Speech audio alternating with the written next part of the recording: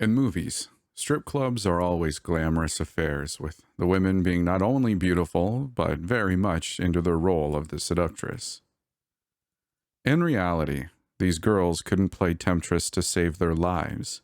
They dance like they don't care, and when they talk, all they want is your money, while they give a feigned indifference to your talking to them. Enthusiasm isn't a job requirement. I've known the owner of this club forever, and while it's just a little bigger than 2.5 times the size of a trailer, and being held together with zip ties and duct tape, it's like a second home. I'm sitting at the bar, listening to the music do its wub wub wub thing, while sipping on a beer. Looking around, we have the wannabe white boy pimp, who's scamming for drinks and scrip at every turn. We've got the group of drug dealers that are throwing IBs around like it means nothing, even though it's all only singles. We've got the desperate mopes who just can't stop staring at the gaggle of bare breasts. And we've got the blue collars, just kicking back and drinking a beer. Somewhere, they don't feel like they have to pretend to be nice or social. I'm feigning being the latter crowd, though by now the girls all know me well enough to know when I will and won't be spending, and tonight is a definite leave me alone night. There's a buzzing in my ear that reminds me I'm not entirely alone. Sonny is sitting next to me, talking on, but I'm barely listening. Every time we come in here, he goes off like he's hit some of the best speed that one could lay hands on. And who knows? He just might have. In case it isn't obvious already, he's a hacker. A damned good one at that, but his sort gets wired and stays wired. Speed of the legal and illegal varieties, energy drinks, biomods, extra circuitry, and so on. You could probably plug one of them into a power station and they'd keep the city lit for days. Mind you, I don't have a particular problem with that sort of thing. Hell, I keep some Adderall around for when I've got to be focused, because in my line of work, you let your mind wander off and it'll be good night Nancy permanently. Hey, give me $5. He's actually looking at me as he says the words. It doesn't last long. He can never maintain eye contact with someone. I can only get script today, and you know the girls won't take it. Why? So you can get nervous and puke all over Cherry again? Oh, come on. That was just one time, man. One time. I can't stop the chuckle bubbling up by force, so I drown it with a pull from my beer. He's a good kid for the most part, and while we're the same age, he's always been the one that acts like a permanent teenager for as long as I've known him. He's smaller than I am, about 5'8" or so, no muscle to speak of, and brown unkempt hair that looks like he might have cut it himself. Probably did, but he wouldn't admit that. His clothes were rumpled and dingy, but not completely dirty. They just looked like he'd slept in them, and hell, he probably did that too. Fine, go on. I'll have Ben throw it on my tab.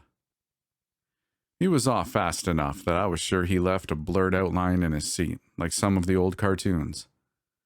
It's hard for me to deny him much. He's like a little brother to me. He used to crash out on the sofa at my parents' place every night or so, whenever his own dad got a few too many drinks in him, which was more often than not. My folks didn't mind it much, and my mother took a real shining to him. He's bright enough to make most everyone else look like they just discovered the wheel in comparison, but he's got a few quirks. The eye thing is one of them. He'll talk forever if you let him, but only if he knows you. With new people, he's more like a cat. He keeps a wary distance for a little while until you've hung around long enough. It takes the space of a song for him to wander back with a big puppy-eyed look, grinning from ear to ear. So, how was she? He takes a few moments to collect himself, and then says to his bar stool before climbing up on it, "She smelled like cotton candy." So, what was it you wanted to meet about? Huh? Oh, that. I want you to break into somewhere for me. Actually, 2 somewheres, but only one of them is going to be any trouble. My hand comes up to my forehead and squeezes at the skin there. I can already feel a headache starting, but my mouth is on autopilot. What would I want to do that for? Or, more to the point, why the hell do you need me to do it? Well, the first one should be easy. It's an old TV station. Sinclair bought it up back a decade or two ago when they were sucking up all the local channels, you know, pre-Icarus. But because the old owner died during the acquisition, everyone walked out. Just straight up left. It got shut down shortly after. Sounds like you could walk in there and take it then. Do whatever it is you have in mind. I take another sip of beer as I fix my eyes on the fidget ball sitting next to me. Well, it's slightly, maybe possibly, in a red zone, he says while staring up at the rafters. A red zone? The name was based on the old airports where there is no stopping in a red zone. It was a slightly humorous take on something horrible. You're kidding me. So, not only is it probably stripped of everything useful, but also surrounded and possibly filled with bangers. At least it's not a black site, filled with cannibals and all. He gives me that puppy dog look, but it's not working on me this time. What he's asking is damn near suicide. I started to open my mouth to reply when Chad, the bar owner, suddenly appeared, grabbing at Sonny's elbow. Oi, mate, vamos! He tugged in motion to the back of the bar where Ben was already lifting a hidden hatch to the cellar. We got Icarus. Sonny wastes no more time. In a flash, he's down the hole and the hatch is closed again, just as the front doors open. There are two of them, but there are always two you can see. One male, one female in this case, and they're wearing identical suits with identical, humorless faces. Chad is already greeting them at the door. Well, ain't this a surprise? Can I help you folks? No, from the male. That one, from the female, her eyes looking towards the patrons. The pair move away from Chad and through the drug dealers towards the lone wannabe pimp. You, license, the woman said. Hell is all this, said the wannabe. The male held his hand out, palm up, showing a projected recording. The wannabe talking to another man. Yo, I got this fly, honey, and she gone. Do it all for you. $10, man, the hoe's a diamond worth every cent, what you say?